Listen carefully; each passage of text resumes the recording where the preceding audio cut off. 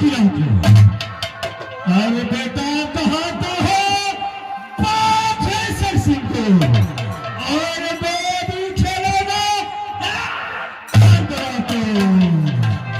क्या कहे जिस दिनों से नाम, जिस दिनों से नाम राणा सुनना पड़ता है नाम। ये तुम्हें क्या मतलब है? ये तुम्हें क्या मतलब है? ये क्या करता है? जब ही राम सुनता है राणा सुन जाते हो।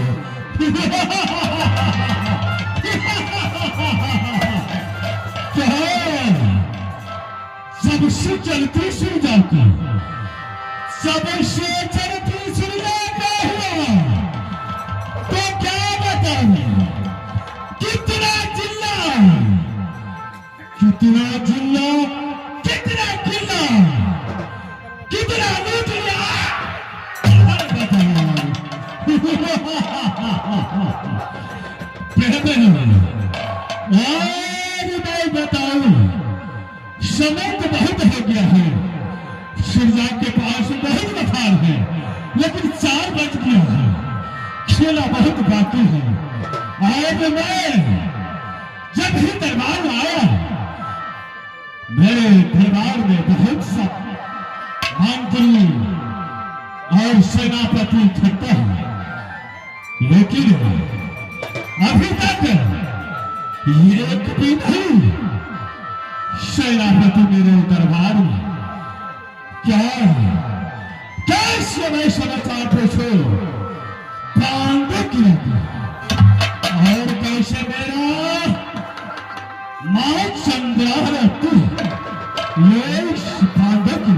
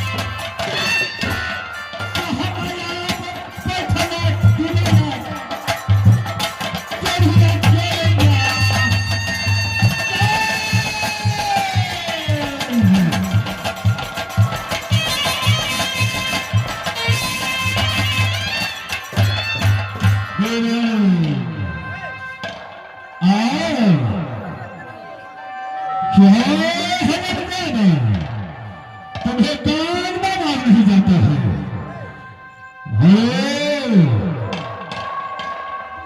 मेरा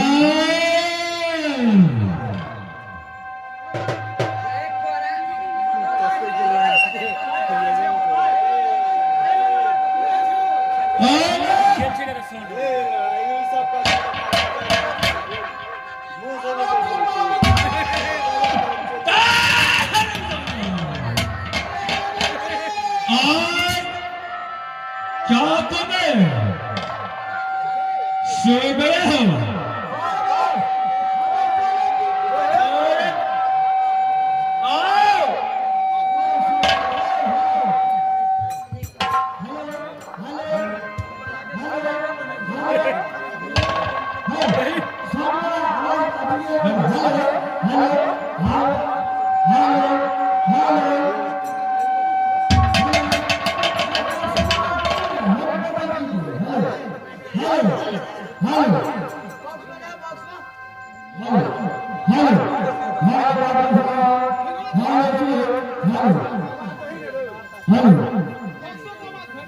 उठी गए गए की लिया